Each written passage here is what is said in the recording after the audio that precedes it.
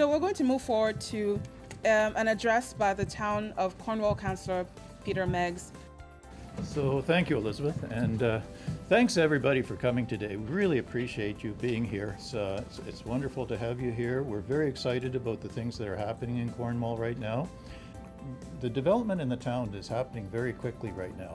As you drive around Cornwall, you'll see a lot of development happening. You'll see a lot of houses being built. You'll see a lot of apartment buildings and townhouses and semi-detached and so on. So that part of the growth in Cornwall is wonderful. So we've got that happening, and we've got our Main Street plan happening as well.